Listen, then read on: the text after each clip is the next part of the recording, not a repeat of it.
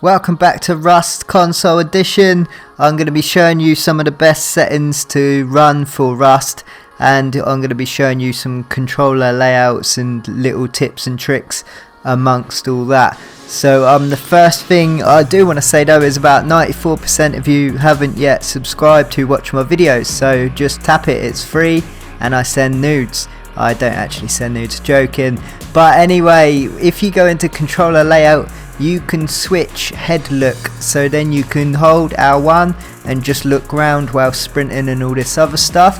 All you got to do is hit triangle on PlayStation in this screen and Y on Xbox, and as you can see there, I'm toggling through. You want to leave that on head look.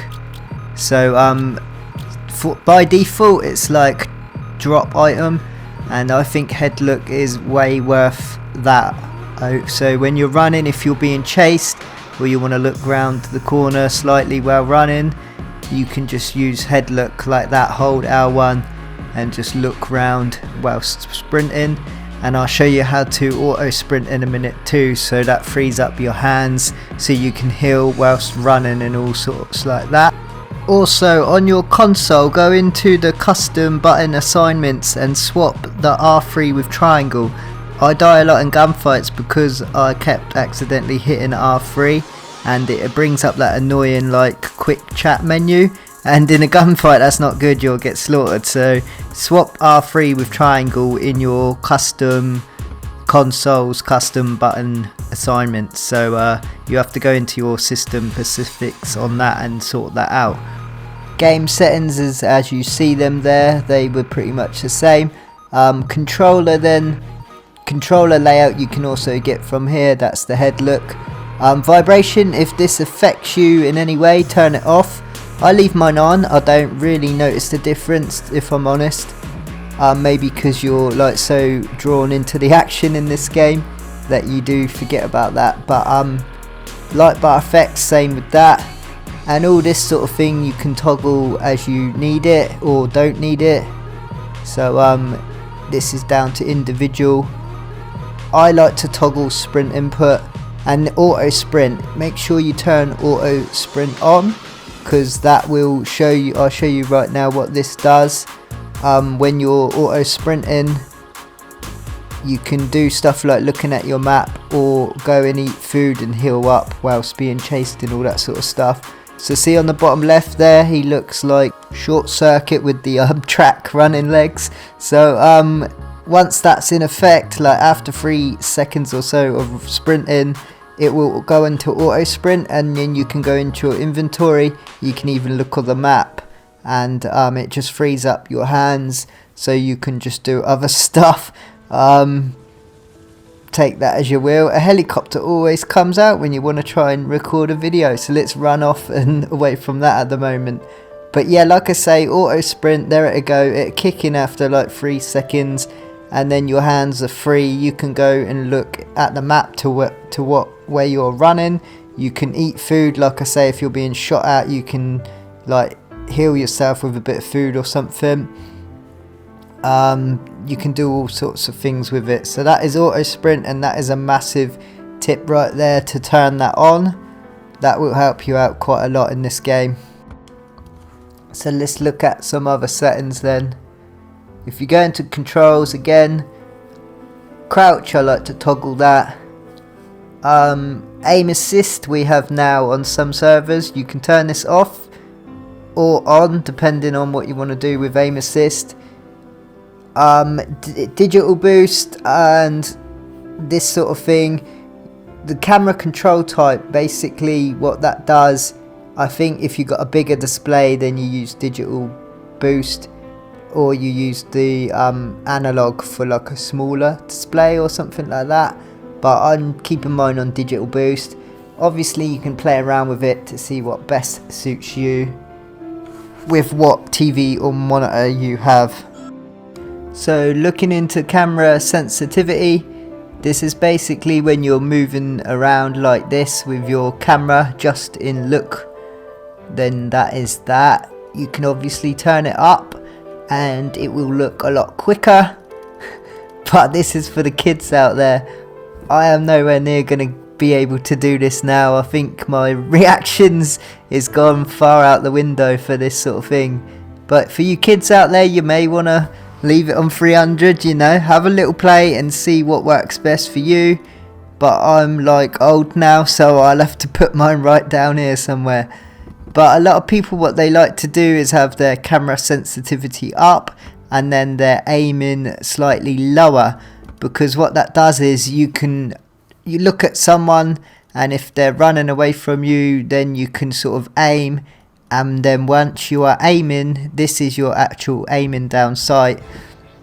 That will be a lot more accurate. I haven't got a gun on me, so I use a rock, but basically when you aim with a gun with that lowered, you should be more accurate, but it'd be a bit slower.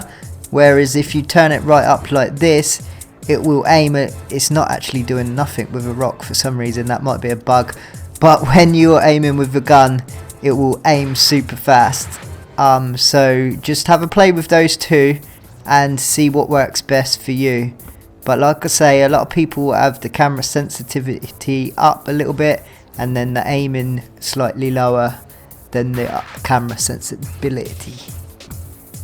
So basically then, that's them two out the way. Let's move on. You got your vertical and that sort of thing. I'll leave mine at default, to be honest, with the vertical sensitivity. I don't really play around with that too much. You can if you want. You can always like take note of what it's on, so it's on 80%. If you mess around, then go back to that. And this one right here, I'm not 100% sure on what this one does. I've turned it up and turned it down.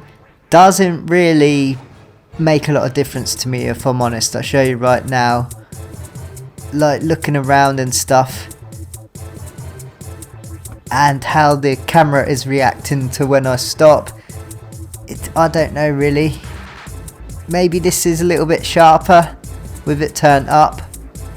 But again, it's personal preference, and it might also like have a different effect with different displays and monitors, so play around with that. Also, that's another one to tinker with and see which one works best for your custom needs. So again, these ones you can just tinker with again just to see what works best with you.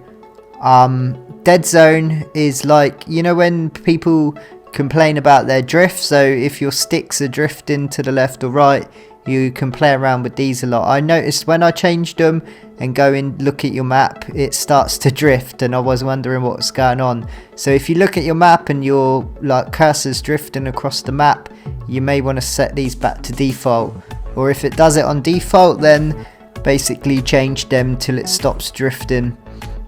Your HUD, you basically, your HUD scale, I have HUD visibility full, and then the scaling, I'll show you the scaling right now. If you turn this right up, the icons are going to be massive, so it depends on your display you've got, obviously. So I play on a TV, so it's pretty big, so I'm going to make these smaller, just because I like to see what's actually going on. I don't want to look at these massive icons on screen. But yeah, if you got maybe if you got a small monitor, then you want to turn these up a bit so you can see them a bit more. Again, personal preference on this one as well. In a sec, because on the HUD it's got a good thing you'll want to stick around for. It's going to show you your icons for stance and inventory. So basically these two is why you may notice that I've got the stance and the inventory indicators right on my HUD there, near my quick bars left and right. So the stance one, when you crouch and you sprint, it will change to let you know, so you can look on there without actually doing it again. And this is your auto sprint when it turns into short circuit legs, so you'll have a track like that. That's when you know you're on auto sprint. And the right is obviously how full or empty your inventory is. So that's that one right there. Moving on to audio, there is a bit of important information here. Obviously your menu music's not really that effective, but your in-game music is a massive thing. You want to turn that off, because otherwise if you're in a gunfight or you want to hear the footsteps and you just want to be quiet, then the music can be overpowering. You just want to turn it off, really, the in-game music, so you can concentrate on all the action and know where everyone is and where the gunfights are happening. Also, it helps you out when that annoying helicopter flies over and tries to massacre you. Obviously, instincts, you turn them on, it might help you. It says it does help you with footprints or footsteps even, so you can hear where they are. That's pretty much that one wrapped up. And there is brightness, you can turn that up now. I didn't actually toggle this in the night time. I should have actually, to let you know, but it's pretty self-explanatory. So depth of field, you can pretty much turn that off because you don't want blur. Screen effects, you'd want to turn this off because as you look at the background it's a lot clearer when that's off, so turn that off. Sharpening, you can leave that on.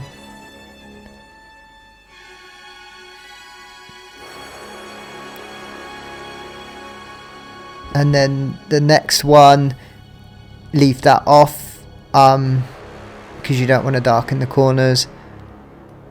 And this is your field of view, so when that's down low you can't see a very wide angle, but it sort of zooms in a little bit. But the other case is if you max that puppy all the way up, you can see really wide. But obviously if you're aiming at someone far away, it might be a little bit harder to aim at them. So I don't know, really, with this one I like to keep it up high just for the wide angles. When you're running around you can see a lot more, like what's around you. But obviously, like I say, if you're aiming at someone you're probably gonna have to work a little bit harder, so use them how you will. Motion blur, turn it off. And this is your brightness, you can notch it down if you're in the snow or desert in daytime, and then at night time when you're running around you can turn it up, max it out, and it's pretty much night vision outside. So that is a massive tip for you. Consider dropping a like and comment down below, it really helps the channel out, and like I say, subscribe if you haven't yet subscribed. But yeah, thanks for watching this video. I appreciate your support massively. I'm going to be doing a lot more Rust videos in the future. Join the Discord because I will be doing a private server when they open up. But thanks for watching, and whoever's on this server can have my belongings, what I've just gathered for this video. But thanks for watching, see you on the next one. Stay safe, stay entertained, and take care.